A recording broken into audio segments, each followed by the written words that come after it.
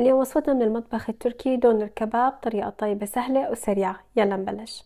لتحضير خليط الناء احنا بحاجة لبصلة مطحونة، معلقة صغيرة من الثوم المهروس، معلقة كبيرة من اللبن، وتشكيلة البهارات اللي ظاهرة عندكم على الشاشة. قلبت المكونات مع بعض، بعد هيك نقلتهم على فود بروسيسور. ضفت فوقها نص كيلو من لحم العجل ونص كيلو من لحم الخروف. استخدام الخلاط خطوة كتير مهمة لأنها بتكون أسهل علينا للتشكيل وبتخلي المكونات تندمج كتير منيح مع بعض. بدنا القوام يوصل معنا مثل هيك، مثل المعجون. حتى أعطيها شكل الأسطواني فاستخدمت النايلون، شكلتها هيك مع بعض، ضغطتها لفيتها. أنا بحرك فيها لقدام ولورا، بكون بضغط عليها وبرجع بشد النايلون لحتى تتماسك أكتر وأكتر. هلا رح انقلها على الفريزر، استنى عليها تقريبا ليلة كاملة، لاني رح اقطعها وهي متلجة لانها اسهل علينا بالتقطيع بتكون.